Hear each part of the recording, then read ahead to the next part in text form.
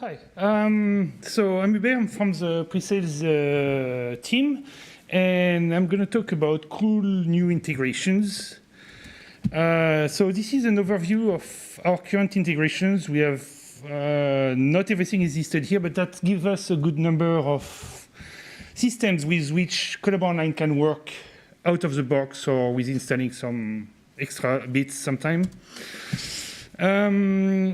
To integrate, you can just use an existing integration. You can use our step-by-step tutorial to build your own if you need. So there is you have a choice about that. Why would you want to integrate? There is all these good reasons, but there is one big reason: is you want to use Collab Online with your system, and by your system is whatever you have installed or whatever you are developing, integrating. That's why you would use Collab Online to integrate it. Previously, last year, I talked about Drupal. I demonstrated it at Cool Days in Cambridge. And since, the integration is evolving, thanks to our friend at Digit. I don't know if Francesco is still here. Yes, I missed you, sorry. Yeah. So it's sponsored by the European Commission, and they are working on integrating it, but they are working on improving it. So that's things. Today, WordPress, a new integration. So we have a plugin for WordPress now. This plugin allows attaching a document to a WordPress post to view it or to edit it. The permissions are handled by WordPress user credentials. So this is really, there is nothing much more to do. It had some goals. The goals were to view attached documents, to use a WordPress credential, to integrate through the editor in WordPress, and to use WordPress UI whenever possible, notably for managing files. The non-goal was to turn that into an EFSS, and really that's, if you want an EFSS, you have plenty of solutions, including Nextcloud, so yeah. User content. In the old style, you use a short code, which is some sort of markup to indicate that you want to add a document.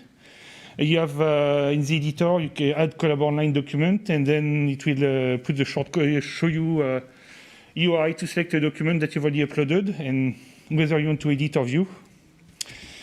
That's the interface. Choose your document. Click one. Then the new style with the Gutenberg editor in WordPress. We implemented a block, which is what they call something to like a component for the editor in the editor. So you just add the new Collab Online component.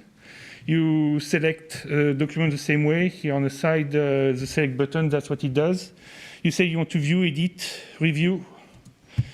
And that's what it does when you have a post with the Collab Online plugin. So you see you have attachments. You can edit or view document. Click on that if you have the rights to do so. Source code, it's all on GitHub. The official plugin page on WordPress.org. So wherever you find WordPress plugins, you can find Collab Online. Just install it that way. Plone, say community at work. Simply put, Plone is an open source CMS. There is an integration of Collab Online done by a company called Quave, which does provide services and other things around Plone.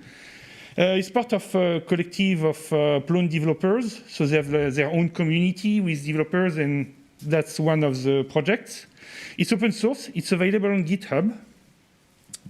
And I learned about it just through a YouTube video. It's like, it appears from nowhere, say, oh, here's a cool integration from Plone, so for Collab Online on Plone. So, this is why I say community at work. We have people that have needs, they share them, they resolve them, they share their solution, and everybody benefits. Improvement.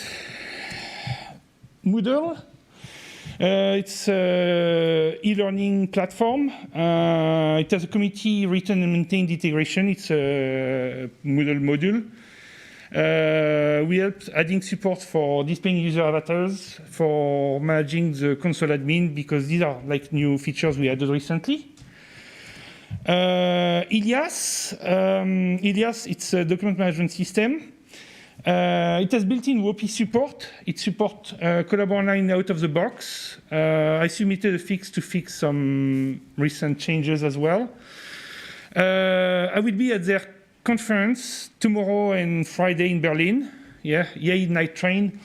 So I will be talking about us there. And if you are, I don't know if anyone will be there, I doubt, no. But yeah, so this is an example of they have built-in support for WOP, and Collab Online just happened to work with it.